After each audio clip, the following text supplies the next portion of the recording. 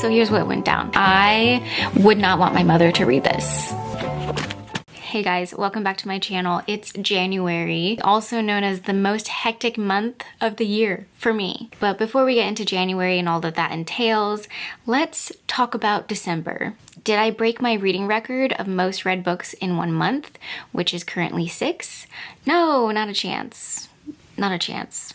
December was crazy. Honestly, I still need to recover from it. So that being said, I did not break my reading record. I did read most of the books on my TBR, with the exception of one. I did not get to Apprentice to the Villain. However, I still read 6 books, and December ended up being the month of my highest rated books, back to back. It was such good reading. You guys, I had the best reading lineup. So here's what went down. I kicked off December strong with ACOWAR. I think I killed it in 3 days. My official rating for that ended up being a 4.75 because while I was enjoying the pacing and the plot, I still find myself struggling to feel truly connected to any of the characters yet. To be fair, I still have a core of Silver Flames left, which I hear is about Nesta, so she might be the character that changes things around for me. But as of right now, I think the ACOTAR series is a really fun time, but I don't foresee it being a series that I really look back on and one that has characters that stick with me. But again, to be fair, that could change. So I'm not,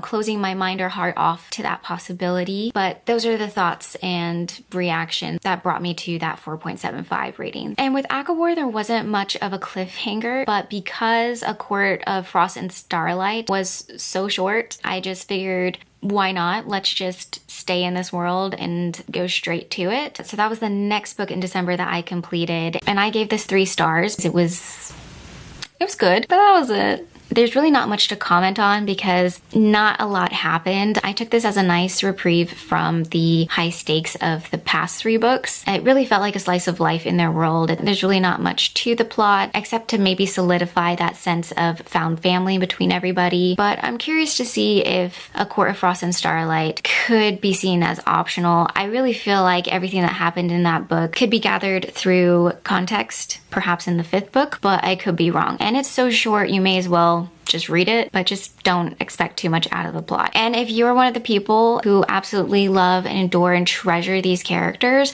then A Court of Frost and Starlight might be a gift to you. It was a great holiday read because I think in the book they're celebrating the winter solstice, they're giving out gifts, it's Feyre's birthday as well. There's a lot of events happening, so it was the perfect setting for the time that I read it in. So yeah, 3 stars. After A Court of Frost and Starlight, I picked up The Pretender. And as you can tell from the reading vlog, this book blew me away. It is a historical fiction comedy set in the 1400s around the Tudors' ascent, revolving around this little boy being the possible true heir to the throne. And all of this is based off of an anonymous memo that was found. It's riddled with comedy, it's incredibly endearing, and at moments heartbreaking. But the ending is really the true treasure of the experience. Here's the thing, with The Pretender, words fail me, and they will fail me every time because it's not about the story, it's about how you feel at the end. I absolutely agree with Emmy, who always describes 5 stars as a feeling, and I certainly got that feeling reading The Pretender. It will always have a special place in my heart. Speaking of 5 stars being a feeling, I felt the heck out of it while reading Direbound. I do have to address something because if you did watch that vlog, there was a moment in time that I thought that Direbound was going to be a 6-star read. I can now say, after sitting with it, after finishing it, it is a strong 5-star read, but it's not a 6-star read. And here's why.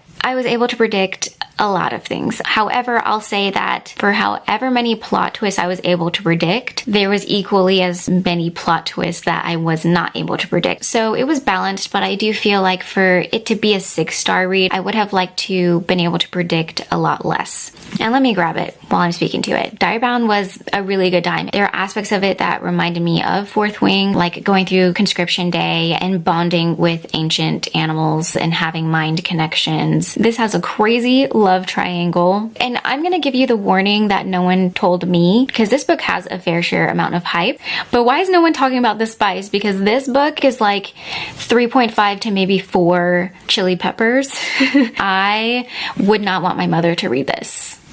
Yeah, It might be one of the spiciest books that I've read. Personally, I'm not huge on spice. I love plot way more, but this book provides both. I think that the authors utilized variations of spice to maybe foreshadow certain things. I just like to put that out there in case you want a buddy read with anybody. Fair warning, this book is very, very spicy, so maybe don't read it with your mom. So we had The Pretender, that was 5 stars. We had Direbound, which is 5 stars. At one point I thought it was 6 stars, and then we moved straight into another 5-star read. That's 3 back to back in 1 month. I know. I don't know why it took me so long to get back to this series. Actually, I'm lying. I know exactly why. I was in the throes of my first trimester when I first picked this book up. And I don't know if any other mamas out there can sympathize with me, but along with food aversions, I got book aversions. I couldn't read for the life of me, but nevertheless, I finally made my return to this series, and I'm so, so glad I did, because this book is nothing short of enchanting. I adore this whimsical world that Stephanie Garber has built. This is a YA series, and while I was reading it, I did feel like I was connecting to a younger version of myself, and not a lot of books can make you feel that way, so this was a treasure. But guys, that ending was so problematic and hurtful. It is easily a 5-star book. Ah, yes. My last read of the month was none other than Kristen Hanna's Comfort and Joy.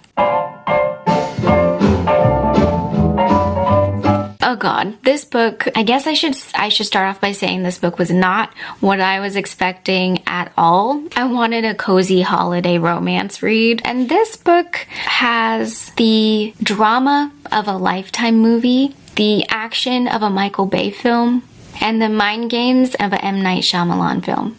Yeah, I know. This book, I know. Me too. Doesn't look like this book would be that book, but it is. This was a crazy, crazy, crazy time. It wasn't the holiday book that I was wanting, but I was still thoroughly entertained. So that earned it a 3-star rating. And I'm not gonna lie, it did have me question whether or not I truly am a Kristen Hanna girl. But then this happened.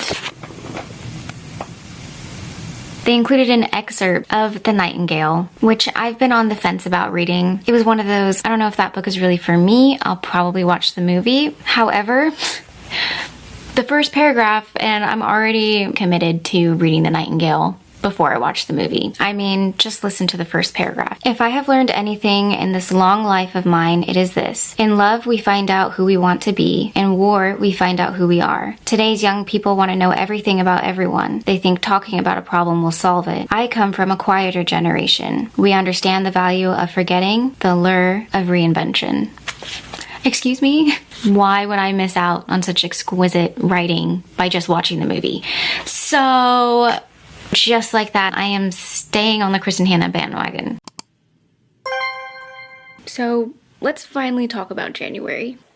I can't remember if I mentioned this earlier in the video, but January is historically the most chaotic month of the year for me. There are 7 birthdays in January in my family. There is lots of party planning, so much cake, so much cake. Also have a brand new nephew that was born last month, and I am traveling this month to go see him finally. So with all that being said, I'm trying to cut myself a little bit of slack by only picking 5 books this month. And because of that insane ending from Ballad of Never After, you know I'm going straight into A Curse for True Love, which would wrap up the whole series for me. So it's gonna be bittersweet, but will also feel nice to complete a series in the first month of this year. For my next pick, if you remember in my very first, very awkward reorganizing my bookshelf video, I said that I wanted to read Dune in January. So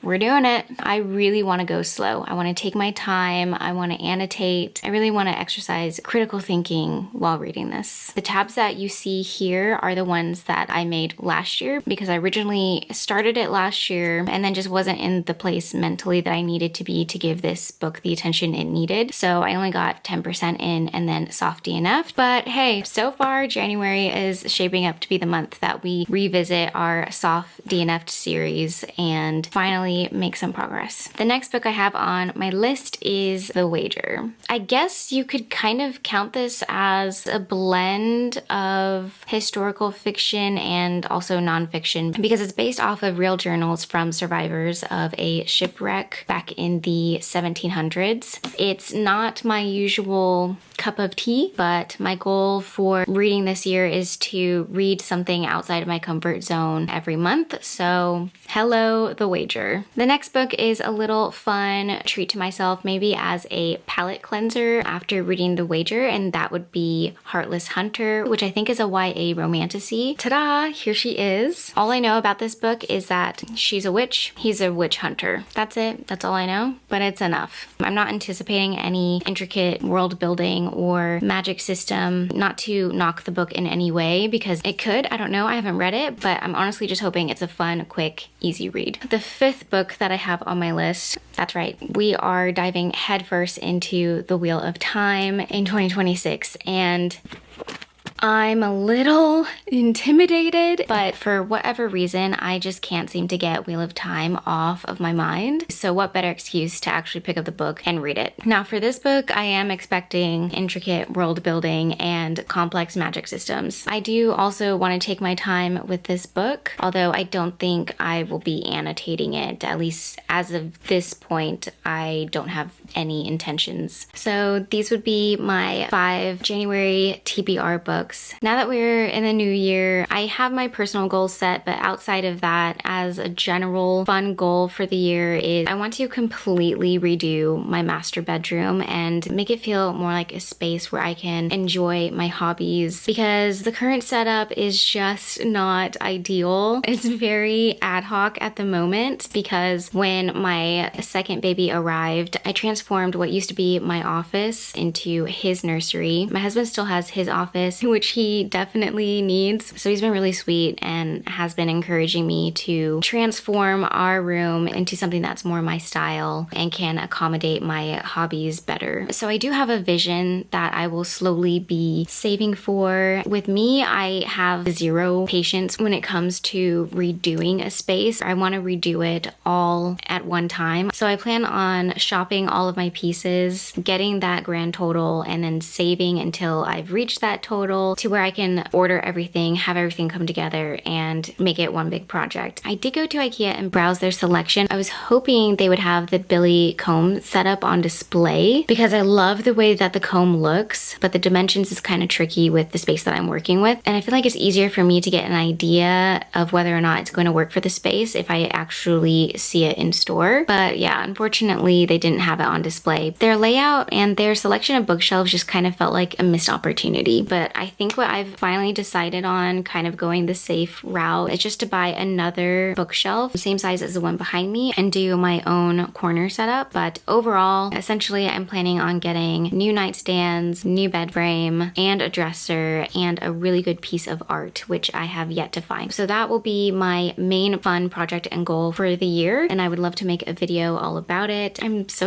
excited to do that this year. Another goal outside of my personal ones would be to continue doing YouTube for the full year. My goal is to always post weekly. So far, that has meant every Wednesday, but sometimes life does get in the way, so there may be some times where it'll be a video once every 2 weeks, but for the most part, if I can help it, I plan on posting every Wednesday. And I have a lot going on. I just plan on sticking to the YouTube platform, at least for now. I might venture out into Instagram eventually, but for now, I just want to focus on one platform. YouTube is and has always been my most favorite social media platform. I will take long form content over short form any day. I've always loved playing around and editing videos since I was a little girl. Always dreamed about having my own YouTube channel one day, but in terms of the content that I would feel comfortable consistently showing, nothing really felt right until I realized that BookTube was a thing, and then all the pieces finally came together and I felt comfortable enough to try. I'm honestly so touched and grateful to anyone who has subscribed. When I posted my first video, it was absolutely terrifying, and if I'm honest, it still is. But I remember thinking I would be so happy if I got just 3 views. So truly, thank you so much. And I hope that you're enjoying the content so far. On that note, let's have a great 2026 together. Thank you so much. Bye.